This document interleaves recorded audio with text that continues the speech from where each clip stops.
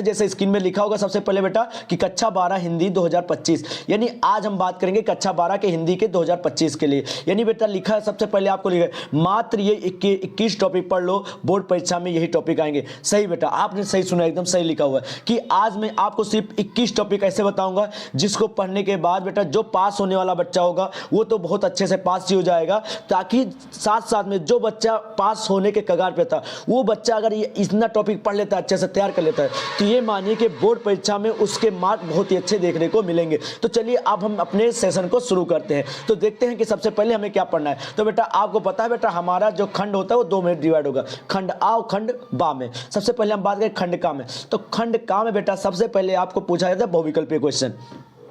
बेटा आप में बहुविकल्प बेटा 10 क्वेश्चन आते हैं। कितने बहुविकल्प आएंगे आप में? 10 क्वेश्चन आएंगे। इन 10 बहुविकल्प में होगा क्या बेटा कि आपके गद्य साहित्य और पद्य साहित्य, बेटा आप जब बुक ओपन करते हो तो आप में एक गद्य खंड पाओगे, एक पद्य खंड पाओगे। तो गद्य खंड जो आगे पाओगे उससे बेटा 5 क्वेश्चन पूछे जाते हैं। जैसे कोई रचना है तो रचना के लेखक क्या है, या फिर कोई भी कविता है तो उसके लेखक क्या है, तो ये पद में पाते हो। यानी पद साहित्य में कोई भी कवि के बारे में कोई कविता है तो उसके लेखक कौन है, और गद्य साहित्य में आप पाते हो कि कोई भी रचना उसके लेखक कौन है। यानी आप गद्य साहित्य और पद साहित्य से 5-5 क्वेश्चन आते हैं। तो ओवरऑल मेरे जो बहुविकल्पी आएंगे वो बेटा आपको देखने को मिलेंगे 10 क्वेश्चन देखने को मिलेंगे। ठीक है, आशा है कि आपको वीडियो समझ में आ रही होगी। चलिए नेक्स्ट चलते हैं। नंबर 1 पे आपको बहुविकल्प पढ़ के जाना है। कौन कौन से बेटा?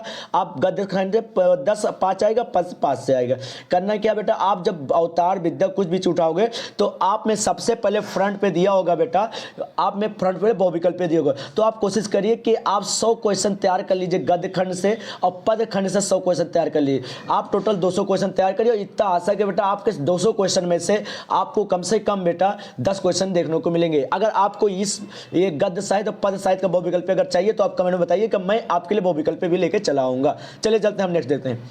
अब नंबर 2 पे बात करेंगे बेटा महत्वपूर्ण गद्यांश। मतलब आप जानते हैं बेटा कि हमारे इंटर की बोर्ड में बेटा गद्य खंड और पद्य खंड से बेटा संदर्भ सहित व्याख्या करने के लिए आता है।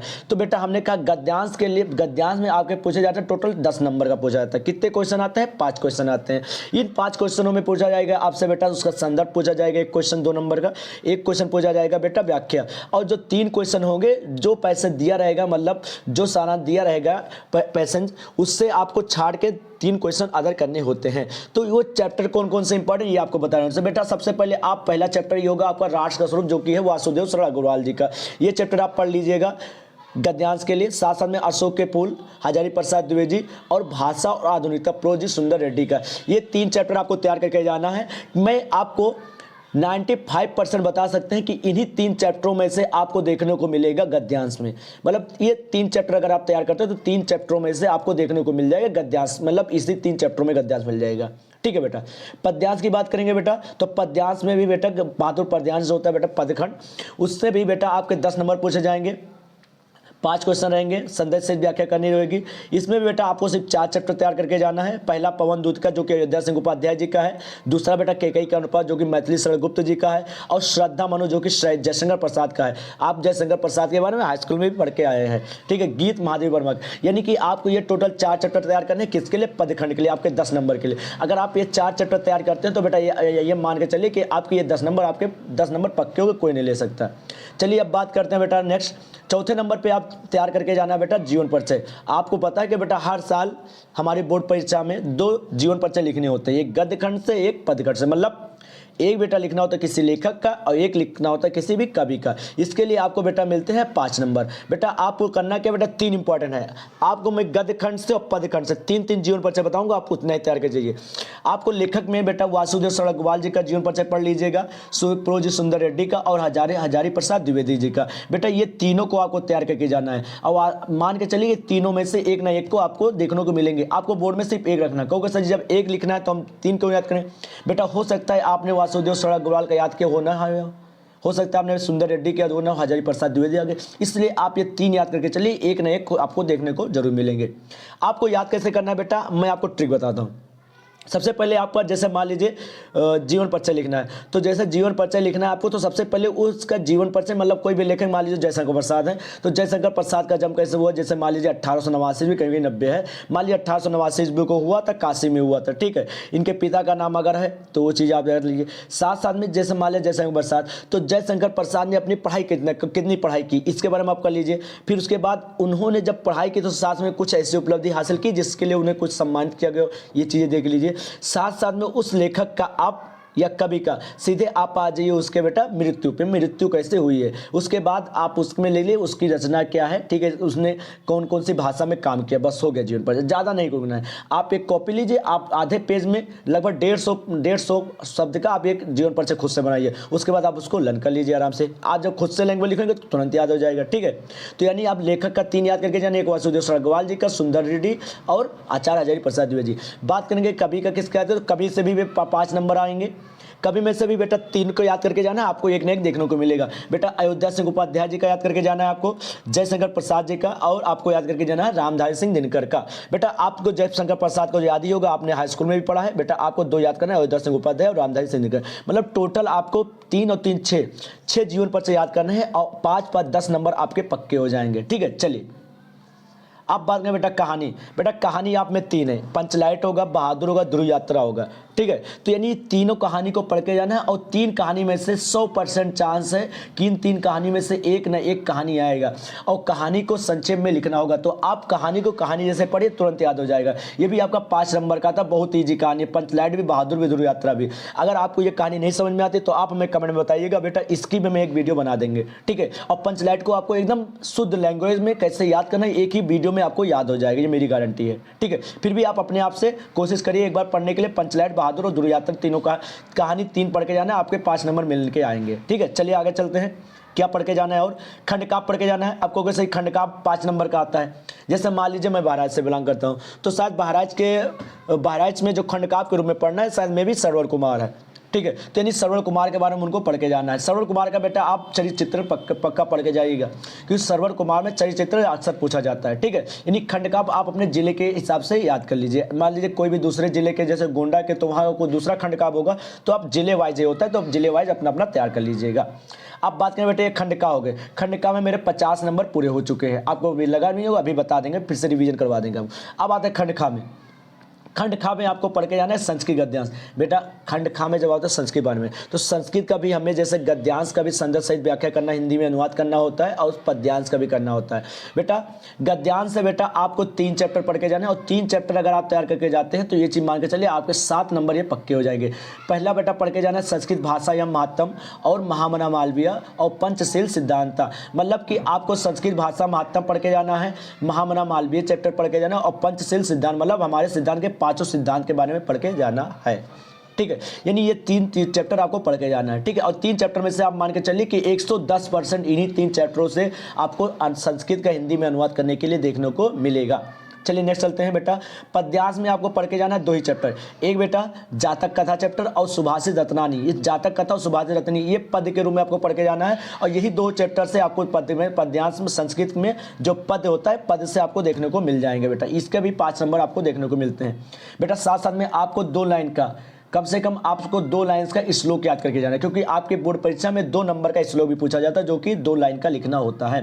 2 से 4 लाइन का आप 2 लाइन याद करिए, ठीक है। तो आप 2 लाइन का जीवन परिचय भी याद करके जाइएगा, ये चीज़ कोशिश करिएगा। चलिए नेक्स्ट चलते हैं।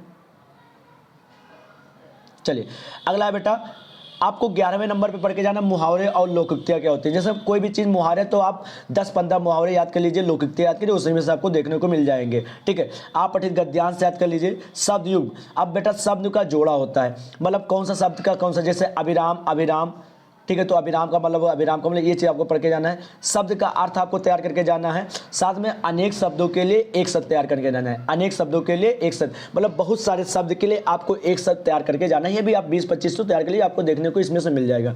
वाक को कैसे सही करेंगे, मान लीजिए वाक को दे दिया गया है ऐसे और स्लैश में दे दिया गया, कोई गलत लिखा है तो उससे बोला जाता है आप इसको सही करिए। जैसे मैं विद्यालय को जाता हूँ तो ये सही है, या फिर मैं विद्यालय जाता हूँ, तो यही वर्ड्स को आप सही करने के लिए आता है, ठीक है। चलिए फिर आपको रस याद करना है बेटा। रस में आपको 3 याद करना है बेटा, हास रस, करुण रस, वीर रस। जैसे हास रस है तो हास रस का स्थायी भाव क्या होता है बेटा, हास होता है। करुण रस का स्थायी भाव क्या होता है बेटा, शोक होता है। वीर रस का स्थायी भाव क्या होता है, चलिए बताइए, चलिए आप लोग कमेंट बताइए कि वीर रस का स्थायी भाव क्या होता है। आप लोग कमेंट बताइए कि वीर रस का स्थायी भाव क्या होता है। आपको छंद के रूप में बेटा 18 नंबर पे छंद पे क्या तैयार करके जाना है बेटा, रोलर, सोठा, चौपाई। मतलब रोला क्या है, सोठा क्या और चौपाई क्या है, इन तीनों को तैयार करके जाना है। आपको लिखना कोई एक ही है, या तो रोला लिखना होगा या सोठा या फिर चौपाई। साथ साथ में याद करिएगा कि रोला, सोठा जब चौपाई याद करें तो साथ में एक उदाहरण भी याद करें, क्योंकि उदाहरण का भी नंबर आपको अलग से देखने को मिलते हैं। ठीक है, यानी रोला, सोठा, चौपाई किसी तीनों याद करके जाना है, कोई एक ना एक आपको देखने को मिलेंगे, पक्का है। ठीक है, चलिए अलंकार के रूप में आपको कौन कौन से याद करने के जाना है बेटा, जैसे आपको रूपक अलंकार हो गया, अनुप्रास अलंकार हो गया, उपमा अलंकार हो गया, तो ये अलंकार याद करके जाना है। ठीक है, अलंकार मतलब क्या होता है बेटा, ये हमारी जैसे कोई भी जैसे आप लीजिए कोई फंक्शन में जाना है, तो जब फंक्शन में जाने से पहले बेटा आप नहाए, तैयार हुए, अच्छे से कपड़ा पहने, शूज पहने, उसके बाद आप क्रीम लगाए, बढ़िया कंघे किए, तो इससे क्या होता है आपकी शोभा बढ़ जाती है। ऐसे जो अलंकार होते हैं ये शब्द की शोभा को बढ़ाने के लिए प्रयोग किए जाते हैं। ठीक है, अलंकार भी एक प्रकार का रूप रंग सजावट है, मतलब शब्दों के रूप में सजावटी अलंकार कहलाता है। तो अलंकार 3 प्रकार के होते हैं, 4 प्रकार के, आप उसमें तैयार कर लीजिए। अब मैं बता देता हूं इंपॉर्टेंट रूप में बेटा, आप रूपक अलंकार तैयार कर लीजिए, अनुप्रास और उपमा अलंकार, ये 3 में से आपको कोई ना कोई देखने को पक्का मिलेंगे। पत्र लेखन आपको तैयार करके जाना है। पत्र लेखन में जैसे मान लीजिए किसी को नियुक्ति पत्र है, तो आप किसी से नियुक्ति, मान लीजिए कहीं पे, मान लीजिए आप हिंदी के प्रोफेसर बनना चाहते हैं, और मान लीजिए आपको जैसे बहराइच में एक स्कूल है, महाराज सेकेंडरी कॉलेज, मान लीजिए आप इस स्कूल में उसमें आप पढ़ाना चाह रहे हैं, तो आपने उसमें पत्र, वहाँ पे पढ़ाने के लिए आपको एक पत्र लिखना पड़ेगा, तो आप उसको नियुक्ति पत्र बोलते हैं। तो आप वो पत्र में कैसे लिखेंगे, ये चीज़ आपको तैयार करके जाना है। या फिर मान लीजिए पत्र लेखन में आ गया कि मान लीजिए आपके गांव शहर में बहुत सारा गंदगी है, आप उस गंदगी से रिलेटेड अपने संबंधित अधिकारी को पत्र लिखना चाहते हैं, कैसे लिखेंगे, तो इसके बारे में तैयार करके जाना है। मान लीजिए एक प्रकार से और आ सकता है कि मान लीजिए आप बैंक में हैं, मान लीजिए आपको 2 लाख रुपए की ज़रूरत है, आपको बैंक से लोन लेना है, कर्ज लेना है, तो आप बैंक से किसी भी व्यवसाय के लिए ऋण कैसे प्राप्त करेंगे, तो इसके लिए भी पत्र लिखने को आता है। तो आपको 3 टॉपिक से तैयार करना है लेखन। एक बेटा आपको नियुक्ति पत्र तैयार करना है, दूसरा बेटा कोई साफ सफाई से रिलेटेड पत्र तैयार करना है, साथ साथ में बेटा आपको किसी भी बैंक से ऋण प्राप्त करने के लिए आपको कैसे लोन लेना होगा, कैसे आप एप्लीकेशन लिखोगे, ये चीज़ तैयार करके जाना है। आप बात करेंगे लास्ट में 21 पॉइंट, क्योंकि 21 से बताया, लास्ट में 21 जो होगा बेटा, इस पे आपको निबंध तैयार करना है। और बेटा ये निबंध आपका 9 नंबर का आता है बेटा, 9 नंबर का निबंध आता है, आपके लिए महत्वपूर्ण है। आप इसको कहानी जैसे पढ़ के जाइए बेटा, और कम से कम ये बेटा आपको 250 वर्ड्स में लिखने के आता है, 250 शब्द में लिखना होता है, तो आप कम से कम 500 शब्द तैयार करिए, क्योंकि तभी जब ज़्यादा लिखेंगे तो थोड़ा और अच्छा लगता है। ठीक है, मतलब आपको सिर्फ 4 टॉपिक याद करके जाना है। पहला बेटा पर्यावरण प्रदूषण पर तैयार करके जाना है, दूसरा भारत में बेरोजगारी की समस्या, विज्ञान वरदान या अभिशाप है, भारत में जनसंख्या वृद्धि। मतलब इन 4 टॉपिक को आप तैयार करके जाइए, आपको इसमें से एक ना एक देखने को मिलेंगे। बेटा पर्यावरण प्रदूषण आपको तैयार करना है। सबसे पहले पर्यावरण प्रदूषण क्यों फैल रहा है ये चीज़ें, फिर पर्यावरण प्रदूषण को कैसे हम रोक सकते हैं ये चीज़ें, या फिर उपाय क्या है, उसकी हानि क्या है, पर्यावरण प्रदूषण से कितने प्रकार का प्रदूषण होता है, ये चीज़ आप तैयार कर सकते हैं। ठीक है, उसके बाद नीचे से कंक्लूजन पे आ जाए कि उसका एकदम मतलब क्या निकला, ये चीज़ें बस हो गए। 4-5 हेडिंग डाल के लिखिए। जब आप हेडिंग डाल के लिखते हो तो उससे क्या होता है, जो कॉपी चेक करो तो उसकी नज़र जल्दी पड़ती है, लेकिन जब आप कहानी टाइप का सीधे लिखते हो तो उसमें मज़ा नहीं आता। इसलिए आप कभी भी जब ऐसे निबंध लिखना हुआ तो आप पॉइंट टू पॉइंट डाल के लिखा करिए। ठीक है,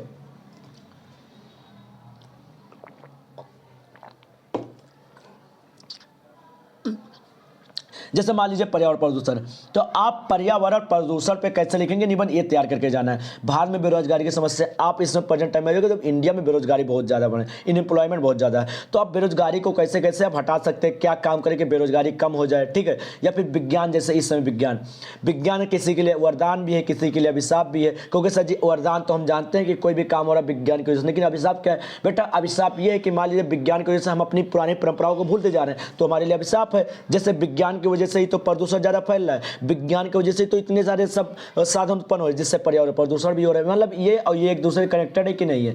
साथ साथ में बेटा भारत में जनसंख्या वृद्धि, आज बेटा प्रेजेंट टाइम में 2 चीज़ों की बहुत ज़्यादा आपको पढ़ने की जरूरत है। पहला बेटा पर्यावरण प्रदूषण बहुत ज़्यादा हावी हो रहा है पूरे विश्व पे, इंडिया पे नहीं पूरे विश्व पे, और साथ में जनसंख्या वृद्धि, ये दोनों टॉपिक आज के लिए बेटा बहुत ही दयनीय स्थिति बन की जा रही है, और इसके बारे में वैसे भी आपको नॉलेज होनी चाहिए। तो आप इसको कहानी टाइप के पढ़ के जाइए, आपको एक न एक चीज़ देखने को मिलेगा। मतलब आपको 4 निबंध तैयार करके जाना है बेटा, एक पर्यावरण प्रदूषण पे, भारत पे बेरोजगारी की समस्या, विज्ञान वरदान या अभिशाप, भारत में जनसंख्या वृद्धि, बस इतना ही तैयार करना है। जितना पॉइंट पता आपको, एक बार मैं 2 मिनट के लिए आपको समराइज कर देता हूँ, आपको पूरा पढ़ना क्या है एक बार में पूरा। देखिए बेटा, बहुविकल्पी में आपको गद्य खंड और पद्य खंड से पढ़ के जाना है। साथ साथ में महत्वपूर्ण गद्यांश से बेटा आपको राष्ट्र का स्वरूप हो गया, अशोक का फूल हो गया, भाषा और आधुनिकता, इन 3 चैप्टरों को पढ़ के जाना है गद्यांश के लिए।